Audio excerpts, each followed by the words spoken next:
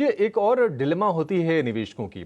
जब ऐसे challenging situations होते हैं, मुश्किल वक्त होते हैं, तो कहा यह जाता है कि आप ना मिड कैप से निकल के लार्ज कैप्स में चले जाइए, ब्लू चिप्स में चले जाइए, सेफ्टी वहाँ पर ज़्यादा है। हालांकि एक और चीज़ ये भी है कि पिछले 4-5 साल में ना अब ये थ्योरी कितनी काम करती है, क्योंकि मिड कैप बास्केट में ना जाने कितनी ऐसी कंपनीज हैं जो साइज़ के लिहाज से और लिक्विडिटी के लिहाज से काफ़ी ज़्यादा बड़ी हो गई हैं।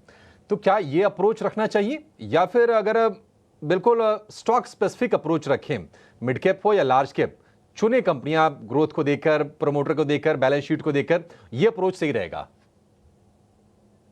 अ, अभिषेक भाई, आपको मैं ये बड़ा इंपॉर्टेंट सवाल है और इसका जवाब थोड़ा सिंपल नहीं है। ये इसका जवाब है वो अलग अलग इन्वेस्टर्स के लिए अलग जवाब है। अगर आप ऐसे निवेशक हैं जिसके पास ये समय नहीं है कि कौन से स्टॉक को मतलब स्टॉक्स को रिसर्च करने का समय नहीं है, तो ये पक्का है कि आपको well known liquid large cap companies जो कि अच्छी क्वालिटी की कंपनीज है उनके अंदर रहना चाहिए, क्योंकि उनमें वॉलेटिलिटी कम होती है टिपिकली। और ठीक है, अर्निंग्स भी मतलब उनके अंदर जो अपसाइड है वो भी लिमिटेड रहती है, लेकिन वॉलेटिलिटी भी कम होती है।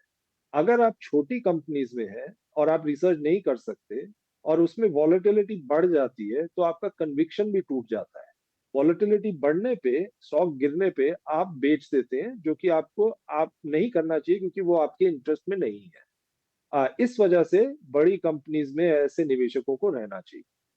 अगर आप सोफिस्टिकेटेड निवेशक हैं, जो कि जिसके पास टाइम भी है, टूल्स भी है, कैपेबिलिटी भी है और इंटरेस्ट भी है, और आप रिसर्च कर सकते हैं, तो मेरा ये मानना है कि स्मॉल एंड मिड कैप्स आप उसको एक बास्केट की तरह ना देखें। उसमें कई ऐसी अपॉर्चुनिटीज हैं जो यहाँ से कई गुना हो जाएंगी। स्मॉल कैप मिड कैप बनेंगे, मिड कैप लार्ज कैप बनेंगे, क्योंकि इंडियन इकोनॉमी ही ग्रो कर रही है। तो इन मार्केट्स का साइज ग्रो करेगा जिनमें वो कंपनीज प्ले करती हैं, और उस वजह से वो कंपनीज भी बड़ी हों। तो डिपेंड करता है आप किस तरह के इन्वेस्टर हैं। अगर आप सोफिस्टिकेटेड हैं तो स्मॉल मिड कैप्स में डरिए मत, जो लोग कहते हैं उनको कहने दीजिए, क्वालिटी कंपनीज खरीदिए। और अगर आपके पास समय नहीं है रिसर्च करने का, तो लार्ज कैप पे रहिए डेफिनेटली। क्या मान के चलें कि बाजार का बॉटम बनने के आसपास है? उसकी रीज़न क्या ये हो सकता है कि वैल्यूएशन की अट्रैक्टिव वैल्यूएशन देखकर चीन के बाजार में एफआई जा रहे थे। हालांकि आउटफ्लो अभी भी चल रहा है, लेकिन अब कहीं ना कहीं जो बड़े जो ब्रोकरेजेस हैं ग्लोबल, उनका कन्विक्शन भारत पर फिर से लौट रहा है। क्या ये सही समय है बाजार में पैसे लगाने का?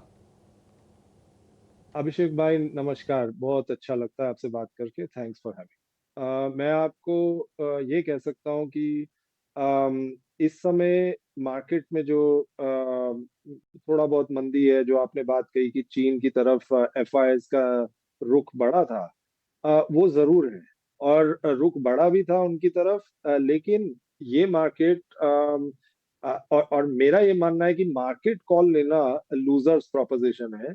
मार्केट कॉल अगर आप शॉर्ट टर्म में लेंगे, कई बारी ठीक हो जाएगी, कई बारी खराब होएगी, नेट नेट आपका पैसा टूटेगा ही। हमारे हमारे काबू में दो ही चीजें हैं।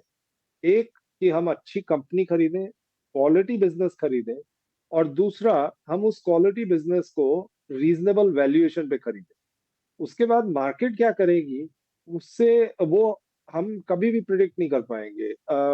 और मैं ये और भी स्ट्रांगली कह सकता हूँ, क्योंकि मुझे पता है कि fund managers by and large सारे मंदी में थे मार्च 2023 में स्मॉल एंड मिड कैप्स को लेकर। लेकिन स्मॉल एंड मिड कैप्स ने 70% का रिटर्न दिया है तब से लेकर अभी तक।